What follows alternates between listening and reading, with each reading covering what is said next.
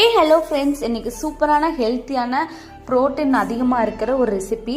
இது வந்து உளுந்தம் புட்டு ரெசிபி தான் பார்க்க போகிறோம். இது வந்து மார்னிங் நம்ம எடுத்துக்கிட்டோம்னா ரொம்ப நல்லது. ஸோ வந்து ஒரு கப்பு வந்து உளுந்து எடுத்திருக்கேன், 1/4 கப்பு வந்து அரிசி, நம்ம நார்மலாக சாப்பாடு அரிசி எடுத்து மொதல் நாள் நைட்டே ஊற வச்சு அந்த தண்ணியெல்லாம் வந்து ஃப்ரிட்ஜில் தூக்கி வச்சிடணும். அந்த தண்ணியெல்லாம் நல்லா வடிச்சிட்டு உளுந்த வடைக்கு எப்படி நம்ம தண்ணி விடாமல் லைட்டாக தொளிச்சு ஆட்டுறோம், அதே மாதிரி மிக்சியில் ஆட்டி எடுத்துக்கணும். கொரன்னு இருக்கணும், வலுவல்னு இருக்கக்கூடாது. அப்போ தான் வந்து அந்த உளுந்தம்புட்டு வந்து நல்லா டேஸ்ட்டாக இருக்கும்.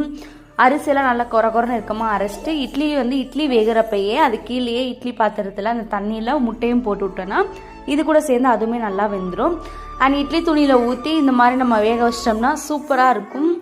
கண்டிப்பாக இந்த மாதிரி நல்லா வெந்து இட்லி மாதிரி நல்லா சாஃப்டாக இருக்கும். இதை வந்து குட்டி குட்டியாக கட் பண்ணி இதை மாதிரி உதுத்து கொஞ்சம் தேங்காய் பூவும் சர்க்கரை, ஒயிட் சர்க்கரையும் போட்டுக்கலாம், நாட்டு சர்க்கரையும் போட்டு நல்லா மிக்ஸ் பண்ணி முட்டை கூட வச்சு சாப்பிட்றப்ப சூப்பராக இருக்கும்.